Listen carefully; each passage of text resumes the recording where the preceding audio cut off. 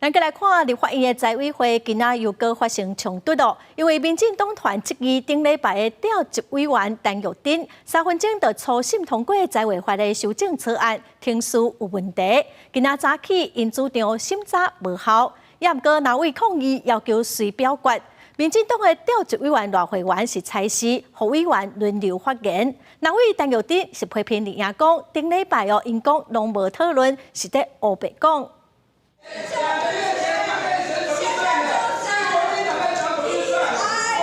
拿了立委起配人冤家，立法院财委会11邀请主计长陈淑珠、审计长陈瑞敏列席做业务报告。不过，民进党团质疑顶礼拜财委会的初审，调委陈玉珍3分钟就甲条文念好了，送出委员会，听书有真大问题。吴秉瑞提案，顶礼拜审查无效，应该袂当确认议事录。那也立委随举牌抗议，还佫批评民进党籍的调委赖慧媛，敢处理提案唔敢表决。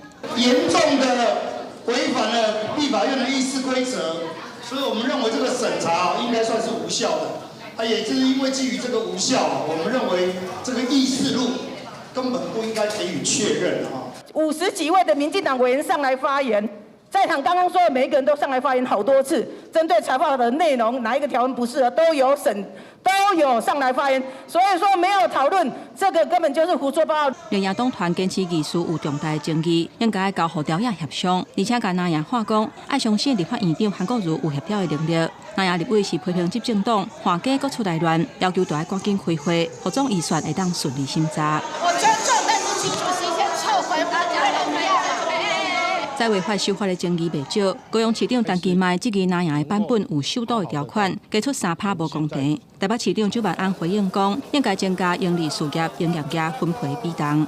我们认为应该是要增加营利事业营业额的分配权重，来呈现地方政府财政鼓励的指标。